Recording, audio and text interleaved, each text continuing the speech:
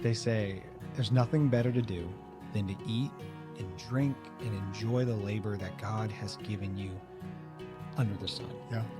We cannot overestimate how much of a difference it makes when we really are where we are at and enjoying it. Yeah. Because I'll be the first to say, like, a lot of times I'm here and my mind's somewhere else. Yeah. You know, a lot of times I'm talking to this person, I'm thinking about what I need to do later. Yep. You're in church and you're wondering what you're going to have for lunch. Yep. You know, you're at the grocery store and you're wondering about getting home. Mm-hmm. But then you hear stories of people who enjoy those moments that you miss. Yeah. Like, I don't remember what person it was, but they said whenever they took their kids to go grocery shopping, they would play. They would play a game. Like, they would toss stuff over the aisles to each other and catch it and like throw it in the shopping cart. And if they broke something, they just go pay for it right then. You know, so like this guy and his kids turned it into a fun event. Yeah. And if you're not present, you can't do that. No. You're just like, I don't want to be here. I don't want to be here. Yeah. I really don't want to be here. Yeah. And we have to learn how to build the skill. Yeah, we do. We do. And being present is something you can do.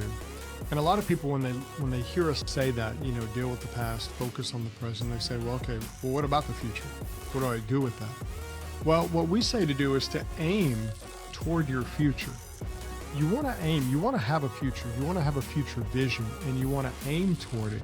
But what you want to understand, you should be present now so you can be focused on it. You want to look to the future, but if you're not present, then you're really not going to move there. If you're trying to live in the future now, you're not present and you're not in the future.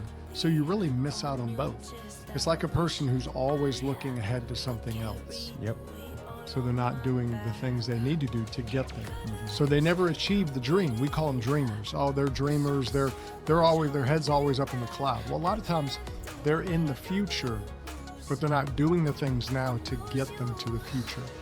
And we're saying aim to the future, look ahead. Goals and growth and all that are great, but you do it by taking those goals and saying, what does that mean today?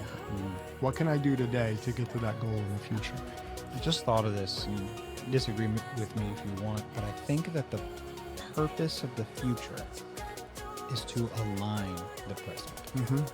Yeah, I think that's a good way to say it.